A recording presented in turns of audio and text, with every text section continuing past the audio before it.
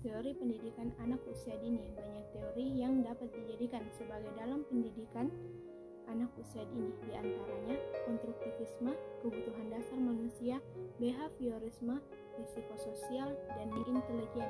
Kelima teori tersebut mempunyai tujuan dan karakteristik yang berbeda-beda, terutama dalam implementasi pembelajaran anak usia dini. Yang pertama, teori konstruktivisme merupakan salah satu teori pendidikan yang menekankan pada perkembangan kognitif anak atau membangun proses pengetahuan anak. Konstruktivisme adalah proses kognitif di mana anak-anak mengorganisasikan, menstrukturkan, dan membangun ulang pengalaman-pengalamannya. Secara implementatif, Marison menjelaskan bahwa teori konstruktivisme dapat dideskripsikan sebagai berikut. 1. Anak-anak menyusun pengetahuan mereka sendiri lewat kerjasama dengan orang lain. 2. Anak-anak menyusun pengetahuan terbaik lewat pengalaman yang menarik dan bermakna bagi mereka. 3. Perkembangan kognitif adalah proses yang berlanjut, mulai saat lahir dan berlanjut seumur hidup. 4. Belajar aktif adalah bagian penting dari konstruktivisme, yakni anak secara aktif dilibatkan dengan beragam alat bantu dalam kegiatan pemecahan masalah tersebut. Adapun tokoh yang berpengaruh dalam teori konstruktivisme yaitu Jean Piaget dan Lev Vygotsky secara singkat menjelaskan sebagai berikut. 1. Perkembangan kognitif Jean Piaget. Piaget merupakan seorang filsuf dan psikolog perkembangan berasal dari Swiss. Dalam teori tersebut, Piaget membagi perkembangan kognitif anak. Perkembangan kognitif anak dalam teori Jean Piaget. A. Sensor motor. Sensor motor adalah tahap perkembangan kognitif yang terjadi pada anak usia 0-2 tahun. Pada tahap ini, anak-anak menyusun dan membangun pengetahuan melalui indera dan gerak refleks yang ada padanya. Seluruh panca indera anak dijadikan sebagai sarana belajar anak, misalnya mata untuk melihat, telinga untuk mendengar, tangan untuk menggenggam, hidung untuk mencium, mulut untuk menghisap. B. Praoperasional. Tahapan praoperasional terjadi pada anak usia 2-7 tahun. Pada tahap ini, anak-anak sudah mampu memahami dan menggunakan simbol-simbol, baik berupa kata-kata maupun gambar-gambar. Namun, anak-anak praoperasional masih bersifat egosentris seperti hal pada tahap sensor motor. Perbedaan mendasar perkembangan kognitif tahap praoperasional dengan sensor motor yaitu memahami kemajuan pesat dalam penguasaan bahasa, berkurangnya ketergantungan terhadap gerak sensor motor, kemampuan untuk memahami kejadian dan berpikir dengan simbol seperti kata untuk mewakili benda-benda. C. Operasional konkret. Operasional konkret adalah tahapan perkembangan kognitif yang terjadi pada anak usia 7-12. Pada tahapan ini, anak sudah berpikir logis atau operasional. Piaget mengartikan operasional sebagai tindakan yang dilakukan seseorang berdasarkan pikiran dan pengalaman nyata secara langsung. Proses pembelajaran yang dapat menstimulasi perkembangan operasional konkret untuk mengajarkan suatu konsep tertentu pada anak. Misalnya, mengajar konsep warna seperti memberikan beberapa bola, kemudian anak diminta untuk memisahkan bola dan mengelompokkan sesuai dengan warnanya. D. Operasional formal. Tahap terakhir dari perkembangan kognitif anak menurut Jean Piaget adalah tahap yang terjadi pada anak usia 12 sampai dewasa, menjelaskan bahwa selama tahap operasional formal, anak-anak mulai mampu menghadapi masalah-masalah verbal dan hipotesis yang semakin kompleks. Selain itu, anak-anak sudah berpikir abstrak, ilmiah, dan lebih logis. Yang kedua, menurut sosiakultur Lev Vygotsky. Lev Vygotsky merupakan seorang psikolog anak berasal dari Rusia. Teori perkembangan Vygotsky dikenal dengan nama sosiokultural. Dalam teori ini, Vygotsky berpandangan bahwa interaksi sosial memainkan peran penting dalam perkembangan kognitif, sebab interaksi-interaksi yang dilakukan anak akan menghasilkan pengalaman baru di kehidupannya. Vygotsky menjelaskan bahwa perkembangan anak pada interaksi anak dengan orang lain dan saran yang telah disediakan oleh kultur dan membentuk pandangan dunia anak. Marison menyebutkan bahwa interaksi sosial dengan orang lain mampu meningkatkan perkembangan mental, bahasa, dan sosial. Artinya, semakin sering anak berinteraksi dengan lingkungannya, maka semakin bertambah pula pengetahuannya.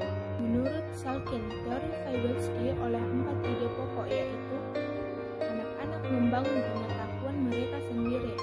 Perkembangan tidak bisa dipisahkan dari konteks sosialnya.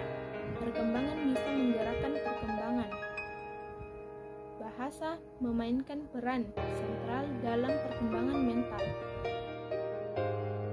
Adapun konsep penting perkembangan anak dalam teori Vygotsky adalah Zone of Proximal Development atau ZPD. Konsep ini sangat membantu dan bermanfaat dalam pelaksanaan pendidikan anak usia dini.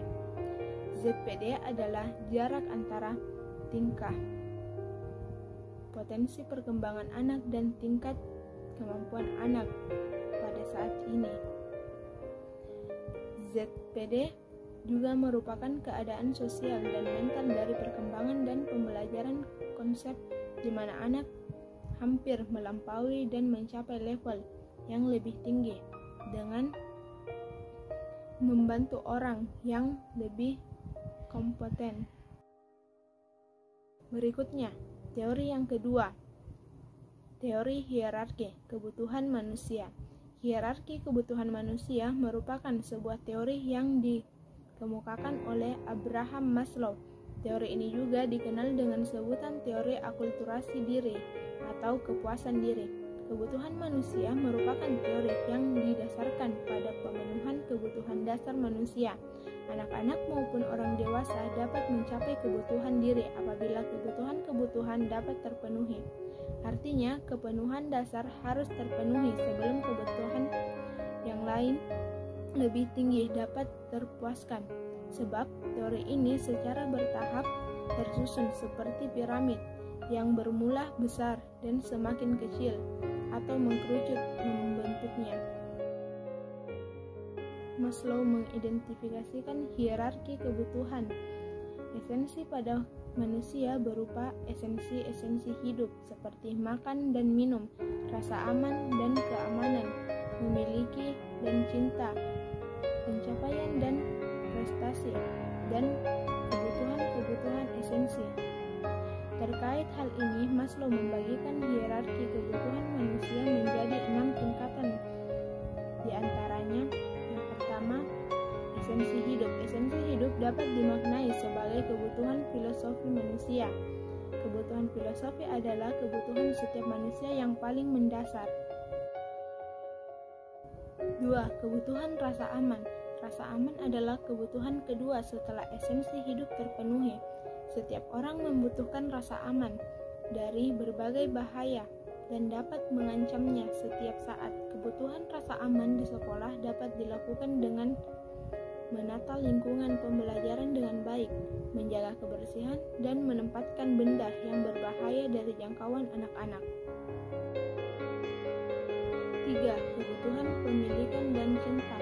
Kebutuhan pemilikan dan cinta disebut pula sebagai kebutuhan kasih sayang.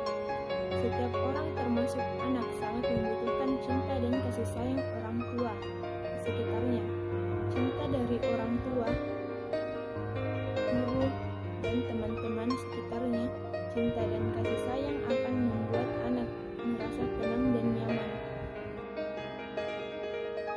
4. Pencapaian dan prestasi merupakan kebutuhan yang berkaitan dengan penghargaan diri orang lain. Kebutuhan ini dapat terpenuhi setelah kebutuhan rasa aman dan cinta tercapai. Penghargaan merupakan salah satu bentuk pengakuan dan persetujuan terhadap pencapaian yang telah diraih oleh seseorang. 5. Kebutuhan estetis. merupakan kebutuhan yang berhubungan dengan keindahan. Kebutuhan ini sangat diperlukan bagi anak yang terpenuhi kebutuhannya. Estetis dapat dilakukan dengan menciptakan suasana yang menarik dan menyenangkan bagi anak, seperti kelas dicat dengan berbagai warna dan dihias dengan menggunakan gambaran bunga dan tanaman. 6. Aktualisasi diri. Aktualisasi diri merupakan tahapan pemaksimalan potensi yang dimiliki oleh seorang anak. Tahapan ini merupakan tujuan akhir dari hierarki kebutuhan manusia. Proses aktualisasi diri dapat ditunjukkan anak dengan rasa puas dan semangat dalam mengikuti kegiatan akhir pembelajaran, dan anak dapat bereksplorasi, berkarya, dan menunjukkan kemampuannya secara maksimal. Teori yang ketiga, teori behaviorisme, adalah sebuah teori pembelajaran yang mendasarkan pada perilaku anak didik. Teori ini dimaksudkan untuk membentuk dan merubah perilaku belajar anak.